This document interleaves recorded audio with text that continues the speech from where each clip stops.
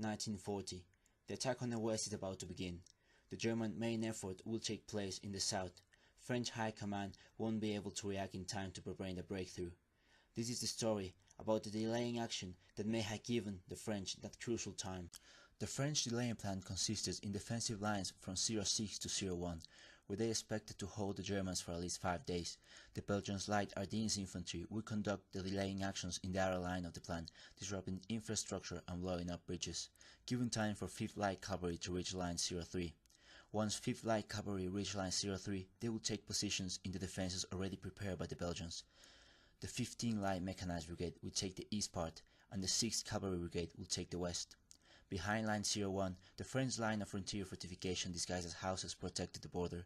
The last line of defense was set up in the southern bank of the Meuse River that was still half finished. At 5:35, German soldiers crossed the border with Luxembourg, quickly disarming the border gendarmes, setting in motion the advance of 1st Panzer Division. The clock was ticking for the German army. Immediately after, a motorcycle company crossed, and in just 3 hours they reached Montelage at the Belgian border. They became under fire by the 4th Company of the 2nd Ardennes Infantry Regiment and a T-13 tank, about 100 men well positioned in pillboxes and field fortification, same numbers as the attackers had. Hermann Balk, commander of the 1st Rifle Regiment, leading from the front, ordered to advance. In a frontal assault, the company crossed the river and in a bold uphill battle stunned the Belgian defenders, causing quite a few to flee. Soon after, the rest of the Belgian company began to retreat.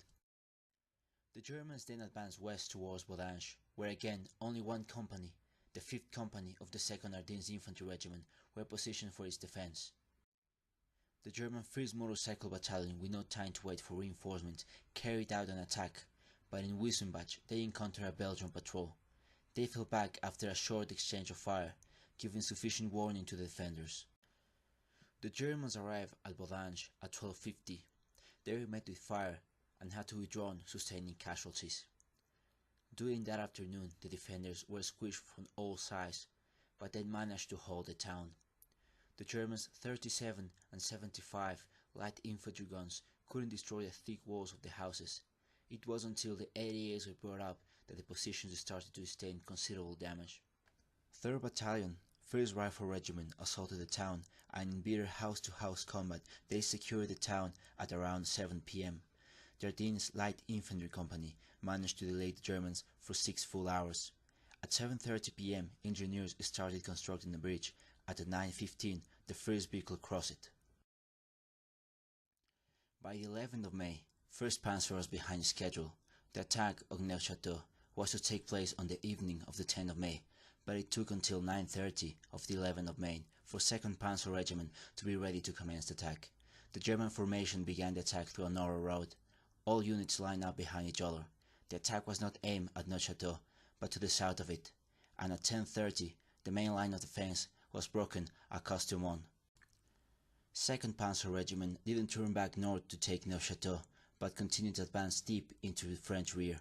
In a stroke of luck, the advancing forces passed through a gap between two loosely connected French formations, the 11th Cuirassier Regiment in the area around Neufchâteau and the 60th Reconnaissance Battalion in the south.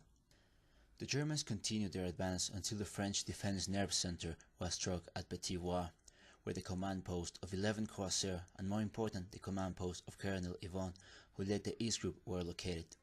The 2nd Battalion, 78th Artillery Regiment, was also positioned at the south of the town, with 4 battery in an open firing position.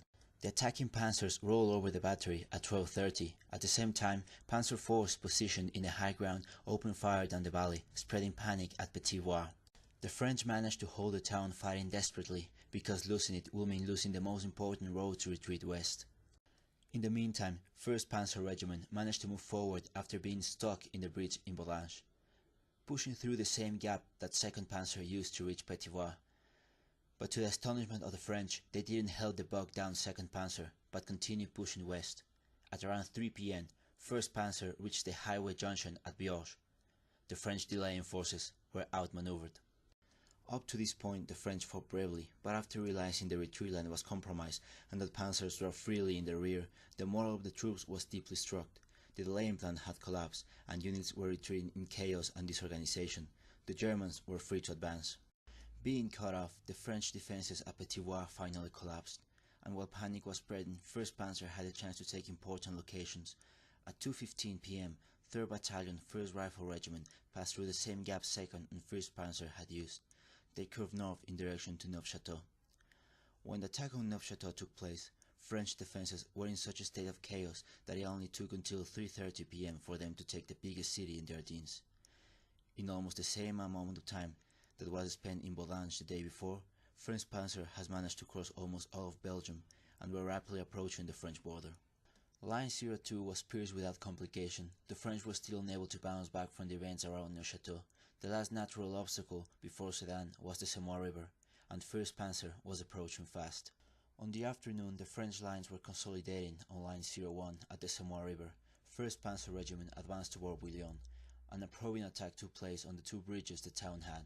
Attacking at top speed, the Panzer struck French columns that were retreating, trying to reach the south bank of the river. At 6:30, 3rd Company, which happened to be in front of the advance, pushed into Bouillon. Before reaching the bridge, a huge explosion shook the town, and in a big cloud of smoke, the northern bridge was demolished. 3rd Company opened fire on the French that were located on the other side of the river, in hopes of delaying the demolition teams of the southern bridge. Immediately after, 4th Company rushed towards the south bridge, but as they were reaching it, the bridge also was demolished. The defences at the southern bank were suppressed by 3rd and 4th Companies. At around 7:15 p.m, 2nd Company, followed by 3rd, managed to cross the river at a ford 300 meters downstream from the destructed northern bridge. When panzers reached the southern bank, 12 German dive bombers commenced an attack on the city. They would try to be alerted of friendly presence by firing white flares, but to no effect.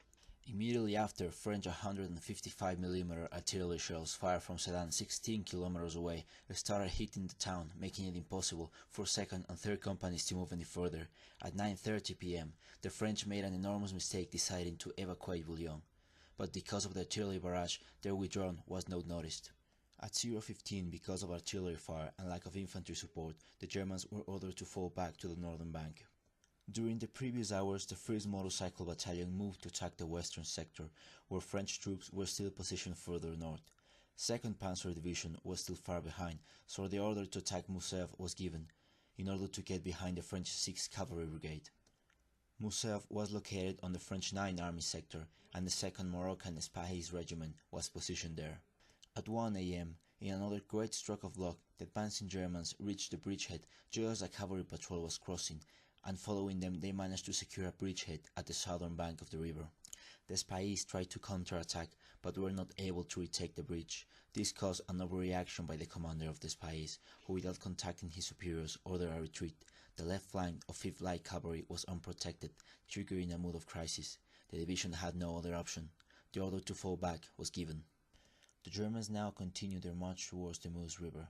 For this advance, German forces were divided into two battle groups.